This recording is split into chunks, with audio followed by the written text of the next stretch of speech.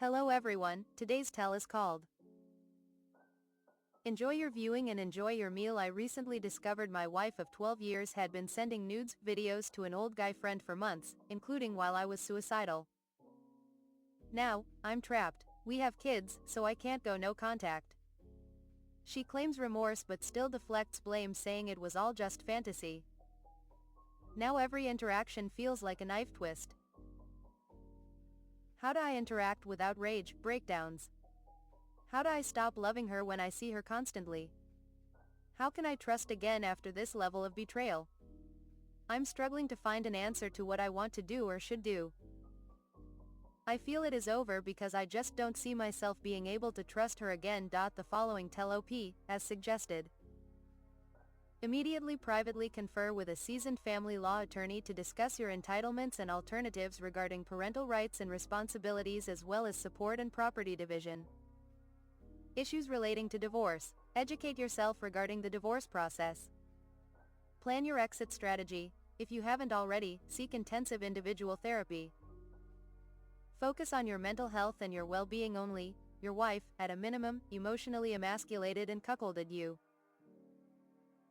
Wouldn't be surprised if they've done the deed. Myself, simply looking at her would make me nauseous. I'd find her utterly disgusting. Deceitful liar, whorish behavior. Ask counsel about a co-parenting app so far you don't have to speak with her. She's obviously having a negative impact on your mental health. Leave the trash at the curb. Fantasy, my ass. The following tell you're going through real trauma after being betrayed by someone you trusted deeply, especially at a time when you were already struggling. It's not just hurt, it's shock, grief, and anger all mixed together. Don't expect her to fully understand or validate your pain right now. She's deflecting, and that shows she's not fully taking responsibility. You gotta start separating what you feel from what you have to do, like co-parenting. Try to keep things cold and professional when you talk to her. And stop trying to force yourself to stop loving her right away. That kind of love dies slowly, and only with distance and time. You're right to feel like you might never trust her again. Trust doesn't come back just because someone says sorry.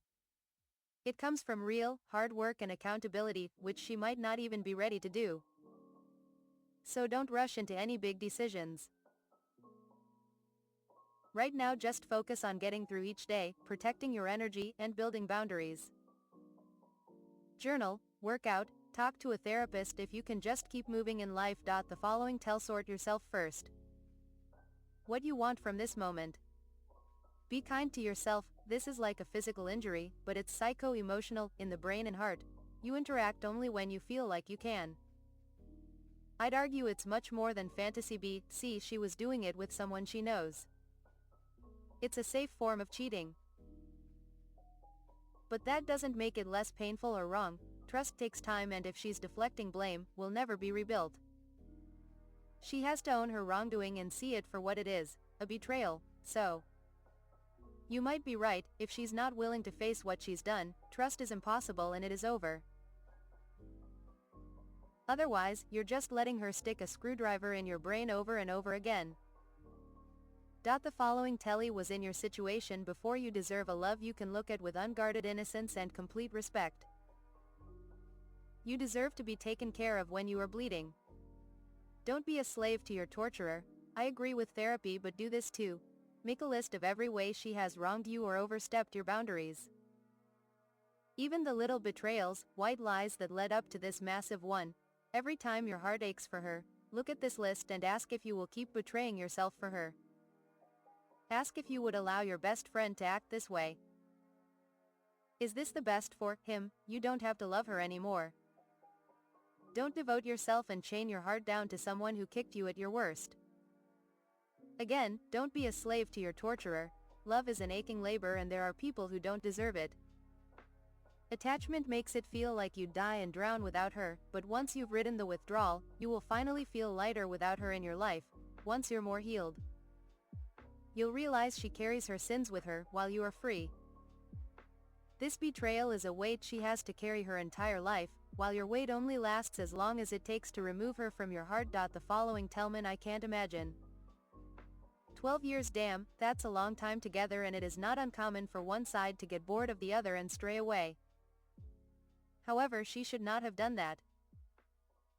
I am way younger and never have been in a situation like this, so I don't really know how to help you. But what comes to mind, especially when you can't interact with her without breakdowns, is to take some time off. Go on a vacation for yourself for like a week, somewhere in nature where you have space to think. Spend this time to just think about how you met, think about your honeymoon period, when you got married, and how she is now. Just think this through properly. You have kids who need you, so you should come up with something your wife and yourself can work on to make things right again. I just feel so sorry for you, man. I love my GF, and if she did something like this I would probably just shut down completely. But I believe you are stronger.